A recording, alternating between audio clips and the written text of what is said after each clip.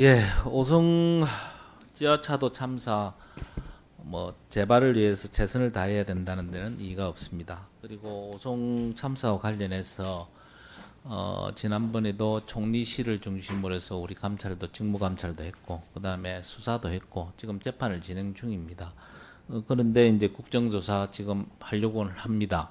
그래서 뒷북 국정조사다라는 비난을 지금 받고는 있습니다만 그럼에도 불구하고 우리 유가족들의 어떤 하소연이라든지 조금 더 우리가 한 번 더 살펴보자는 차원에서 협치하는 차원에서 우리 국민의힘에서도 합의를 해서 지금 국정조사를 시행을 하려고는 합니다만 정말로 저는 그럼에도 불구하고 조금 더 아쉬운 거는 사실 여러분들도 아시다시피 국정조사라는 게 강제수사권이 없지 않습니까? 강제조사권이 없는 상황이라서 정말 진실규명을 위한 거라면 수사를 더욱 한 번 더 하는 게 맞지 않느냐라는 그런 아쉬움이 여전히 남아 있습니다.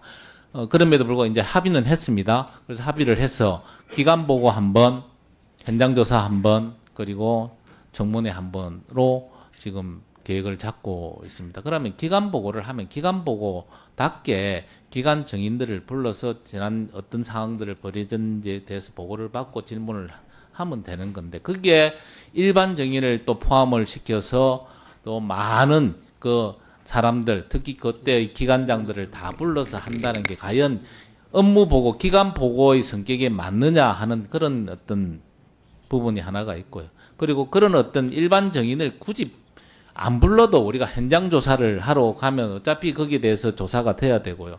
그 다음에 청문회를 하면 또 그런 어떤 일반 정인들을 또 참석을 할 수밖에 없는 그런 사안들인데 굳이 기간 보고를 하는데 기간 보고를 하는 기간 정인 외에도 일반 정인을 부른다는 게 과연 실효성이 있느냐 하는 그런 생각이 듭니다. 정말로 진실 규명을 위한 어떤 국정조사라면 그 국정조사답게 기간 보고 현장 조사 청문회로 딱딱 구분을 해서 명확하게 하는 게 맞지. 결국 이 일반 정인까지 다 불러서 그 전에 기관장들까지 다 불러서 하겠다는 거는 어떤 진상 규명의 이유보다는 오히려 정쟁화시켜서 그 사람들을 창피를 주겠다 그런 이야기밖에 우리 쪽의 입장에서는 이해할 수밖에 없다는 것을 말씀드리면서 그 일반 정인은 청문회에서 부르자. 굳이 기간 보고를 받으면서 그 사람들까지 부를 필요가 뭐가 있느냐 하는 그런 차원에서 저는 이 기간 보고 정인에 대해서는 기간 정인에 대해서는 어느 정도 우리 윤건영 간사님하고 협의는 했습니다만 일반 정인에 대해서 부분에 대해서는 제가 이 부분에 대해서는 협의할 의사가 전혀 없다는 것을 다시 한번 밝힙니다. 네,